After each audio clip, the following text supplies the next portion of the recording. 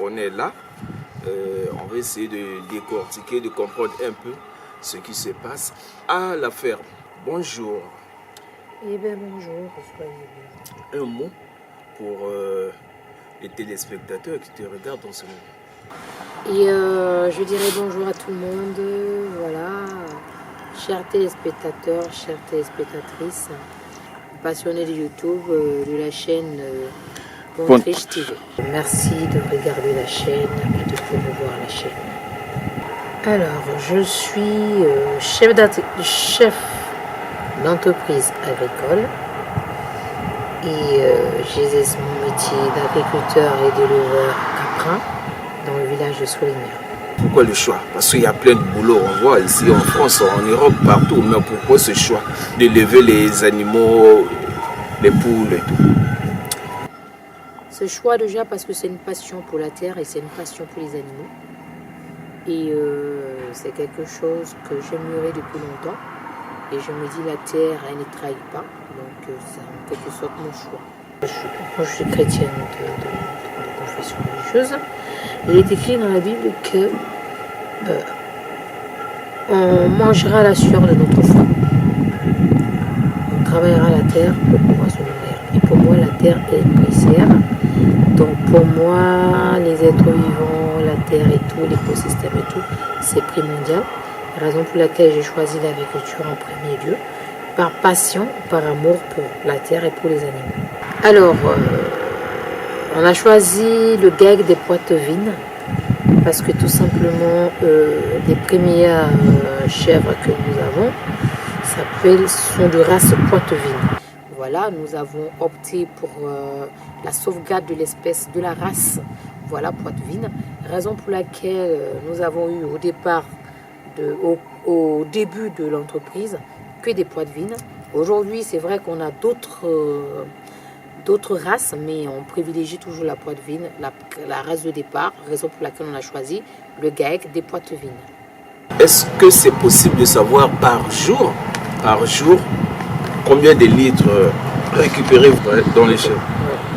Alors, je saurais dire le nombre de litrages parce que je dirais plutôt, on a les débuts de lactation qui sont en moyenne pas trop peu élevés.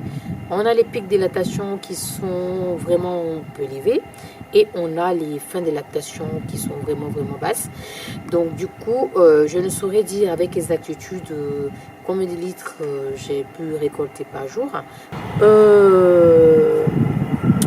Chaque chèvre, on va dire les alpines, font en moyenne 3 litres par jour.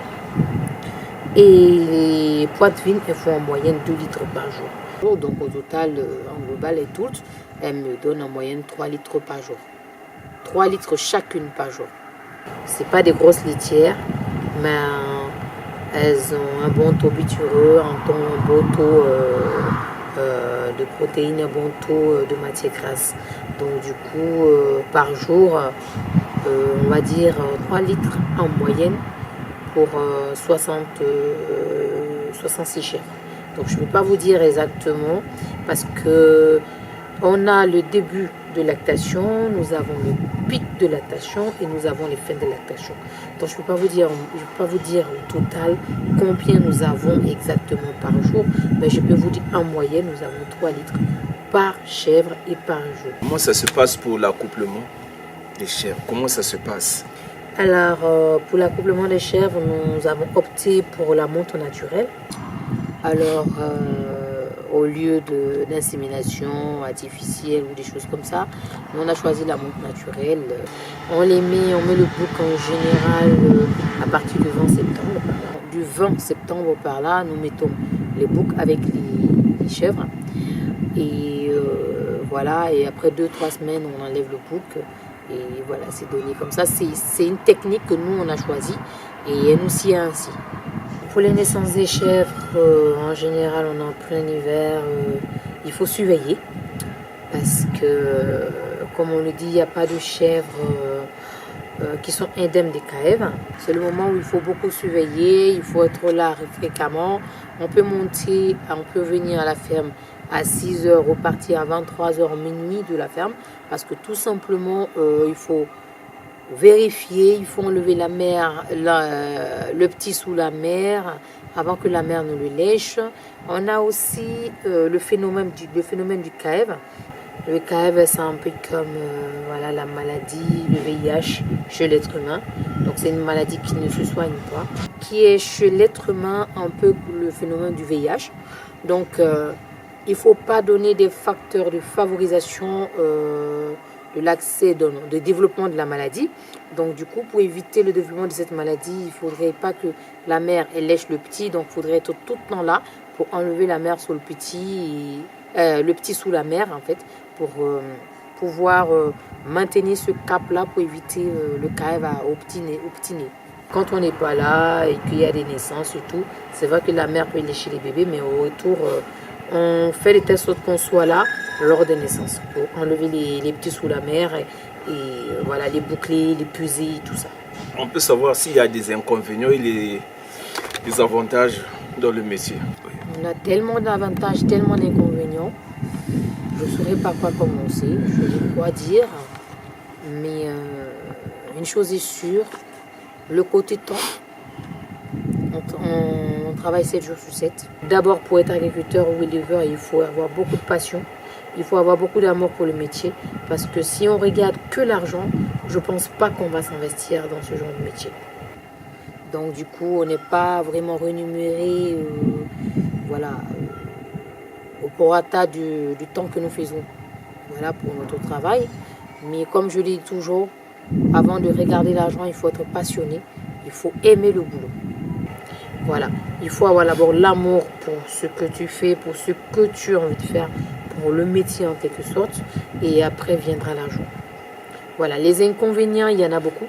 On ne peut pas tout citer parce que voilà, l'inconvénient déjà, il n'y a pas de bout, il n'y a pas de temps pour soi.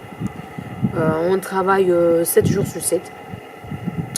Je ne dirais pas 24 heures sur 24, c'est pas possible parce que nous nous reposons par moment.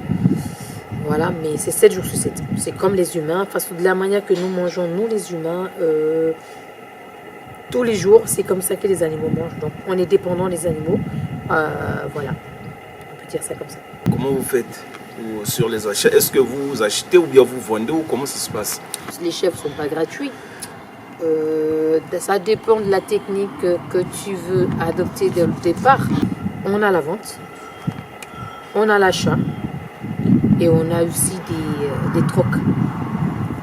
Alors quand je parle des trocs, ça serait dire par exemple comment on fait nous-mêmes notre orge, notre blé. Nous le revendons par exemple à Schmitt. Je ne vais pas faire de publicité, mais bon, on le revend à la société qui nous donne l'aliment. Et en contrepartie, on paye une certaine somme, une modique somme, pour récupérer les aliments. Donc c'est comme un troc en fait. Donc du coup, on a certains achats que nous faisons qui sont liés à l'exploitation et il y a certains achats, il y a certains trocs que nous faisons qui sont essentiellement liés à l'alimentation. Tu décides par exemple de commencer avec des petits de sévrage, ceux-ci qui ont été sévrés à peine 3 mois et que tu vas les élever jusqu'à attendre à ce qu'elles ne mettent pas, ça dépendra de toi, mais tout est payable, on achète tout. Au départ, tout est question d'achat d'animaux qui reste comme un investissement bien sûr. Tout est payant, il n'y a rien qui est gratuit, on achète tout, on ne nous donne rien de gratuit. Et par contre, nous, en retour, on revend les chèvres de reforme, on revend les cabris, on revend les cabris, on revend les chèvres de réforme et tout. Et c'est comme ça, c'est une rotation et ça se passe tous les jours, tout le temps, toutes les années la même rengaine en fait. Un dernier mot pour l'émission d'aujourd'hui. Qu'est-ce que tu peux dire comme conseil à prodiguer aux gens, pour les gens qui veulent investir dans ce domaine? Quel conseil que tu peux donner aux gens? Alors mon dernier mot pour aujourd'hui, j'aimerais dire merci à toutes ces personnes-là qui suivent Pontriche TV et toutes ces personnes-là qui sont soucieux, désireux, amoureux de l'agriculture et de l'élevage. Alors le conseil que je peux donner à la jeunesse qui arrive aujourd'hui en France, donc qu'ils soient chez eux, sachez une seule chose, la terre ne trahit jamais. Voilà, de ne pas désespérer et de savoir que la terre est restauricière. La terre, c'est celle-là même qui nourrit son homme. Voilà, et la terre, elle est pérenne. Voilà, c'est pas un effet de masse. En matière d'agriculture et d'élevage, il n'y a pas d'effet de masse. La terre ne disparaît pas. La terre ne finit pas. Si tu investis dans la terre, sache que tu vas finir par gagner. Quel que soit ce que tu vas faire, la terre, c'est pas l'effet de mode. La terre, c'est pas l'effet de masse, mais c'est pérenne. C'est un truc à long terme qui rapporte ou qu'on veuille pas. Tout compte fait, la terre nous nourrit depuis notre bas âge, depuis nos ancêtres jusqu'à ce jour. Donc, on doit retenir une chose, c'est que par la terre, tout peut. Parce qu'elle ne passe pas dans le temps, elle est toujours présente, elle est toujours là. Par contre, on verra d'autres projets qui passeront dans le temps. Mais l'élevage et l'agriculture, c'est de belles rythmes. Voilà, merci. Merci beaucoup. Elle s'appelle la maman Patti. Je salue la présence de Rhinocéros, Tata Lumouamo. Joyeux Noël et meilleurs vœux. Joyeux Noël à Prudent Moncala. Moncala y a pas Prudent. Le cœur de la petite Franciane Loupé. Sans oublier Parfait Malonga, y a pas parfait, le cœur de maman Rameline. Donc voilà, on se retrouve au prochain numéro. Check, c'est pas pareil. Là, c'est bon.